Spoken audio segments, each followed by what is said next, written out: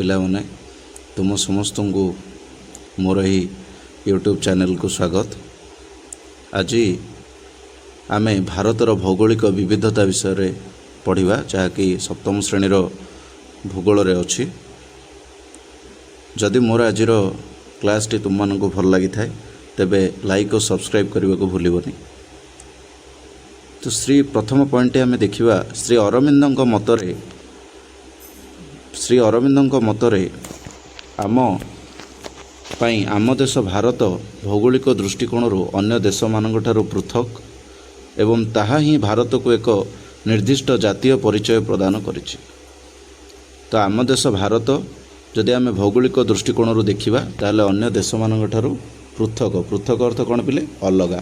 ଅନ୍ୟ ଦେଶମାନଙ୍କଠୁ ଆମ ଦେଶ ଭାରତ କିଛି ମାତ୍ରାରେ ଅଲଗା।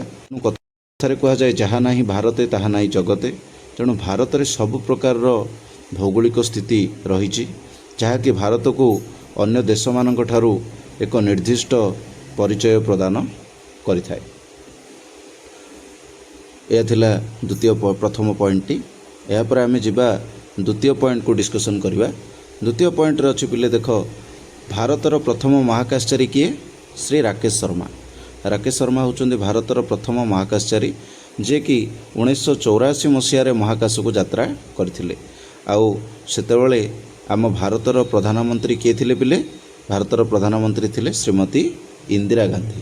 ସେତେବେଳେ ଭାରତର ପ୍ରଧାନମନ୍ତ୍ରୀ ଥାନ୍ତି ଶ୍ରୀମତୀ ଇନ୍ଦିରା ଗାନ୍ଧୀ। ତାପରେ ତୃତୀୟ ପଏଣ୍ଟଟି, ଶ୍ରୀମତୀ ଇନ୍ଦିରା ଗାନ୍ଧୀ ଆଉ ଶ୍ରୀ ରାକେଶ ଶର୍ମାଙ୍କ ମଧ୍ୟରେ କିଛି ବାର୍ତ୍ତାଳାପ। ତ ଇନ୍ଦିରା ଗାନ୍ଧୀ ଯେତେବେଳେ ରାକେଶ ଶର୍ମାଙ୍କୁ ପଚାରିଛନ୍ତି ମହାକାଶରୁ ଆମ ଭାରତ କିପରି ଦେଖାଯାଉଛି ବୋଲି ପଚାରିଛନ୍ତି, ଏହାର ଉତ୍ତରରେ ରାକେଶ ଶର୍ମା କହିଛନ୍ତି ଯେ ସାରେ ଜହାଁ ସେ ଆଚ୍ଛା। ଜହାଁ ଅର୍ଥ କ'ଣ ପିଲେ? ଜହାଁ ଅର୍ଥ ହେଉଛି ଦୁନିଆ। ସାରେ ଜହାଁ ସେ ଆଚ୍ଛା, ଆଚ୍ଛା ଅର୍ଥ କ'ଣ? ଭଲ। ସାରେ ଜହାଁ ସେ ଆଚ୍ଛା, ମୋ ଦେଶ ଭାରତ ସମଗ୍ର ଦୁନିଆ ଭିତରେ ସବୁଠୁ ଭଲ, ସବୁଠୁ ସୁନ୍ଦର ବୋଲି ସେ କହିଛନ୍ତି। ଆଉ ଏଇଟା ସେ କେଉଁଠୁ କହିଛନ୍ତି ନା, ବିଂଶ ଶତାବ୍ଦୀରେ ଆମର ଗୋଟେ କବିତା ଲେଖାଯାଇଥିଲା, ସାରେ ଜହାଁ ସେ ଆଚ୍ଛା ହିନ୍ଦୁସ୍ତାନ ହମାରା। ସେ କବିତାରୁ ସେ ଏହା କହିଛନ୍ତି। ପରବର୍ତ୍ତୀ ପଏଣ୍ଟଟି ଆମେ ଡିସ୍କସନ୍ କରିବା। ଭାରତ ପୃଥିବୀର ସପ୍ତମ ବୃହତ୍ତମ ଦେଶ। ପୃଥିବୀରେ ଯେତେ ଦେଶ ଅଛନ୍ତି ସେଥିମଧ୍ୟରେ 7 ନମ୍ବର ବଡ଼ ଦେଶ ହେଉଛି ଭାରତ। ଭାରତ ହେଉଛି ପୃଥିବୀର ସପ୍ତମ ବୃହତ୍ତମ ଦେଶ। ପ୍ରଥମ କିଏ ପିଲେ? ରୁଷିଆ। 7 ନମ୍ବରରେ ଅଛି ଭାରତ। ଏହା ଏସିଆ ମହାଦେଶରେ ଅବସ୍ଥିତ। ଭାରତ କେଉଁଠି ଅବସ୍ଥିତ? ଏସିଆ ମହାଦେଶରେ ଅବସ୍ଥିତ।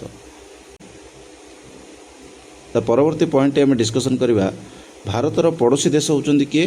ପାକିସ୍ତାନ, ବଙ୍ଗଳାଦେଶ, ନେପାଳ, ଭୁଟାନ, ଚୀନ, ଶ୍ରୀଲଙ୍କା, ମିଆଁମାର। ଏ ସବୁଗୁଡ଼ିକ ହେଉଛନ୍ତି ଭାରତର ପଡ଼ୋଶୀ ରାଷ୍ଟ୍ର। ଏ ସବୁଗୁଡ଼ିକ ହେଉଛନ୍ତି ଭାରତର ପଡ଼ୋଶୀ ଦେଶ। ଏଗୁଡ଼ିକ ଆମେ ସବୁ ମାନଚିତ୍ରରେ ପରବର୍ତ୍ତୀ ସମୟରେ ଦେଖିବା। ତାପରେ ଯିବା ନେକ୍ସଟ ପଏଣ୍ଟ। ଭାରତକୁ 5 ଭାଗରେ ବିଭକ୍ତ କରାଯାଇଛି। ଭାରତର ଭୌଗୋଳିକ ସ୍ଥିତିକୁ ମୁଖ୍ୟତଃ 5 ଭାଗରେ ବିଭକ୍ତ କରାଯାଇଛି। ଉତ୍ତରସ୍ଥ ବୃହତ ପର୍ବତମାଳା, ଗଙ୍ଗା ଓ ସିନ୍ଧୁ ବିଶାଳ ସମତଳ ଅଞ୍ଚଳ, ମରୁଭୂମି ଅଞ୍ଚଳ, ଦାକ୍ଷିଣାତ୍ୟ ମାଳଭୂମି ଓ ଦ୍ୱୀପପୁଞ୍ଜ।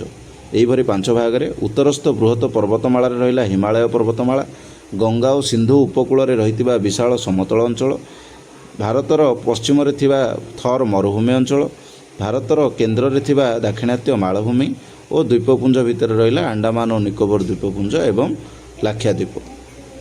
ହିମାଳୟ ପର୍ବତମାଳା ଭାରତକୁ ଉତ୍ତରରେ ଶତ୍ରୁମାନଙ୍କ କବଳରୁ ରକ୍ଷା କରିଥାଏ। ତ ଭାରତର ଉତ୍ତରରେ କ'ଣ ଅଛି? ହିମାଳୟ ପର୍ବତମାଳା ଅଛି, ଯାହାକି ଭାରତକୁ ଉତ୍ତରରେ ଶତ୍ରୁମାନଙ୍କ କବଳରୁ ଭାରତକୁ ରକ୍ଷା କରୁଛି। ଭାରତର ଏକ ରକ୍ଷା କବଚ ସଦୃଶ ଏହା ଭାରତର ଉତ୍ତର ଭାଗରେ ଅବସ୍ଥିତ। ସେହିପରି ଭାରତର ପଶ୍ଚିମରେ ଅଛି ଥର୍ ମରୁଭୂମି, ରାଜସ୍ଥାନର ଥର୍ ମରୁଭୂମି, ଯାହାକି ରାଜସ୍ଥାନ ରାଜ୍ୟରେ ଅବସ୍ଥିତ। ଏବଂ ଭାରତର ପଶ୍ଚିମ ଦିଗରେ ମଧ୍ୟ ଅଛି କ'ଣ? ଆରବ ସାଗର ଅଛି। ଏବଂ ଭାରତର ଦକ୍ଷିଣରେ ଅଛି ଭାରତ ମହାସାଗର। ଭାରତର ଦକ୍ଷିଣ ଭାଗରେ ଅଛି ଭାରତ ମହାସାଗର ଏବଂ ପୂର୍ବରେ ଅଛି ବଙ୍ଗୋପସାଗର। ଯାହାକି ଭାରତକୁ ସୁରକ୍ଷା ଦେଉଛି, ଶତ୍ରୁମାନଙ୍କ କବଳରୁ ସୁରକ୍ଷା ଦେଉଛି। ଏହାପରେ ପରବର୍ତ୍ତୀ ପଏଣ୍ଟରେ ଆସିଲା, ମାନଚିତ୍ରରେ ବିଭିନ୍ନ ଭୌଗୋଳିକ ବିବିଧତା ବିଭିନ୍ନ ରଙ୍ଗ ମାଧ୍ୟମରେ ଦର୍ଶାଯାଇଥାଏ।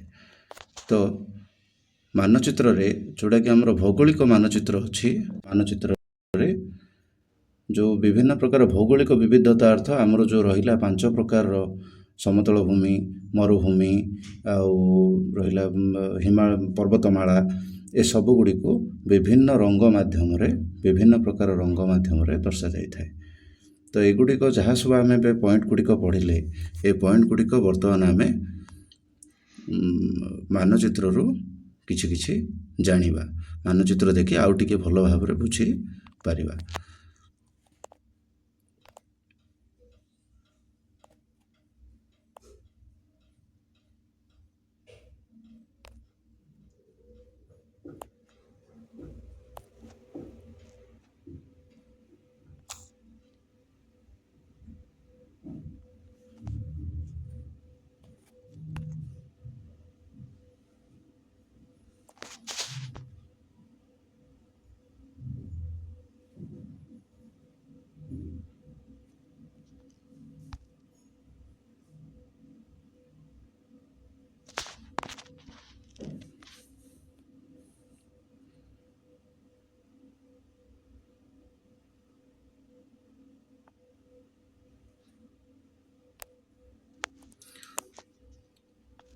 ଦେଖ ପିଲାମାନେ, এই ମାନଚିତ୍ରଟିକୁ ଟିକେ ଭଲ ଭାବରେ ଅନୁଧ୍ୟାନ କଲେ ତୁମେମାନେ ଆଉ ଟିକେ ଜାଣିପାରିବ।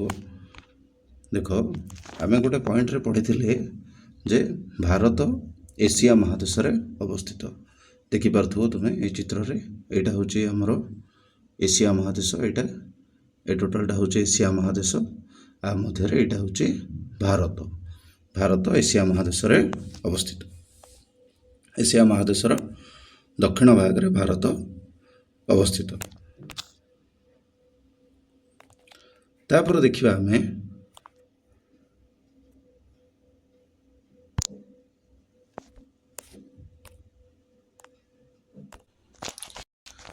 ତାପରେ ଆଉ ଗୋଟେ ମାନଚିତ୍ର ଦେଖ, ଯେମିତିକି ଏଇ ମାନଚିତ୍ରଟି ଆସିଲା। ଏହି ମାନଚିତ୍ରଟିରେ ଆମେ ବର୍ତ୍ତମାନ ଦେଖିବା ଭାରତର ଭୂମି ରୂପ ଗୁଡ଼ିକ ଦେଖିବା।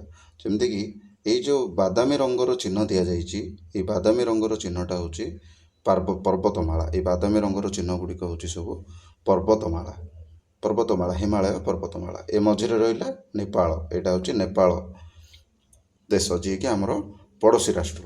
ଏ ଉପରକୁ ରହିଲା ଚୀନ, ଏଇଟା ହେଲା ନେପାଳ। ଏପଟେ ରହିଲା ପାକିସ୍ତାନ, ଏମାନେ ସବୁ ହେଲେ ଆମର ପଡ଼ୋଶୀ ରାଷ୍ଟ୍ର। ତା ତଳକୁ ଅଛି, ଏଇଟା ଦେଖିପାରୁଥିବ, ଏଇ ଯେଉଁ ସବୁଜ ରଙ୍ଗର ଅଂଶଟି, ଏଇଟା ହେଉଛି ଗାଙ୍ଗେୟ ସମତଳ ଅଞ୍ଚଳ। ଏବଂ ଏଇ ଯେଉଁ ହଳଦିଆ ରଙ୍ଗର ଚିହ୍ନଟି ଦେଖୁଛ, ଏଇଟା ହେଉଛି ରାଜସ୍ଥାନର ଥର ମରୁଭୂମି। ଏବଂ ଏଇ ମଝିରେ ଯେଉଁ ହାଲକା ବାଦାମୀ ରଙ୍ଗର ଅଂଶଟି ଦେଖୁଛ, ଏଇଟା ହେଉଛି ମାଳଭୂମି। ଏବଂ ଏଇ ଯେଉଁ ସବୁଜ ରଙ୍ଗର ଅଂଶଟି ତୁମମାନେ ଉପକୂଳ ଅଞ୍ଚଳରେ ଦେଖିପାରୁଥିବ, ଏଇଟା ହେଉଛି ଆମର ଉପକୂଳବର୍ତ୍ତୀ ସମତଳ ଅଞ୍ଚଳ। ଇଏ ଗଲା ଗୋଟେ ମାନଚିତ୍ର। ଆଉ ଗୋଟେ ମାନଚିତ୍ର ଆମେ ଦେଖିବା, ଯେମିତିକି ଦେଖିପାରୁଥିବ ଏଇ ମାନଚିତ୍ରଟି ଦେଖିପାରୁଥିବ। ଏଥିରେ ଆମେ ଦେଖିବା ଭାରତର ପଡ଼ୋଶୀ ରାଷ୍ଟ୍ର। ଗୋଟେ ପଏଣ୍ଟରେ ଆମେ ପଢ଼ିଥିଲେ ଭାରତର ପଡ଼ୋଶୀ ରାଷ୍ଟ୍ର ଦେଖିପାରୁଥିବ। ଏଥିରେ ଦେଖିପାରୁଥିବ ଏଇଟା ହେଉଛି ଚୀନ, ଯାହାକି ଭାରତର ଗୋଟେ ପଡ଼ୋଶୀ ରାଷ୍ଟ୍ର। ଏଇଟା ହେଉଛି ପାକିସ୍ତାନ, ଭାରତର ପଡ଼ୋଶୀ ରାଷ୍ଟ୍ର। ଏଇଟା ହେଉଛି ନେପାଳ, ଏଇଟା ମଧ୍ୟ ଭାରତର ପଡ଼ୋଶୀ ରାଷ୍ଟ୍ର। ଏଇଟା ହେଉଛି ଭୁଟାନ, ଇଏ ମଧ୍ୟ ଭାରତର ପଡ଼ୋଶୀ ରାଷ୍ଟ୍ର। ଏଇଟା ହେଉଛି ବାଂଲାଦେଶ, ଇଏ ମଧ୍ୟ ଭାରତର ପଡ଼ୋଶୀ ରାଷ୍ଟ୍ର। ଏଇଟା ହେଉଛି ମିଆଁମାର, ଇଏ ମଧ୍ୟ ଭାରତର ପଡ଼ୋଶୀ ରାଷ୍ଟ୍ର। ଏବଂ ତୁମମାନେ ଦେଖିପାରୁଥିବ ଭାରତର ପୂର୍ବରେ ମୁଁ କହିଥିଲି ବଙ୍ଗୋପସାଗର ଅଛି। ଦେଖ, ଏଇଟା ହେଉଛି ବଙ୍ଗୋପସାଗର, এই ଅଞ୍ଚଳଟା, ଏଇଟା ହେଉଛି ବଙ୍ଗୋପସାଗର। ଏବଂ ଆଉ ଟିକେ ଯଦି ଆମେ ଉପରକୁ ଯାଇ ଦେଖିବା, ଦେଖିପାରୁଥିବ ଏଇଟା ହେଉଛି ଆରବ ସାଗର। ଭାରତର ପଶ୍ଚିମ ଭାଗରେ ଅଛି ଆରବ ସାଗର, ଭାରତର ପୂର୍ବ ଭାଗରେ ଅଛି ବଙ୍ଗୋପସାଗର, ଏବଂ ଭାରତର ଦକ୍ଷିଣ ଭାଗରେ ଦେଖିପାରୁଥିବ ଏଇଟା ହେଉଛି ଭାରତ ମହାସାଗର। ଆମେ ଭାରତ ମହାସାଗର ଭିତରେ ଦେଖିପାରୁଥିବ ଏଇଟା ହେଉଛି ଶ୍ରୀଲଙ୍କା ବୋଲି ଲେଖା ହେଇଛି।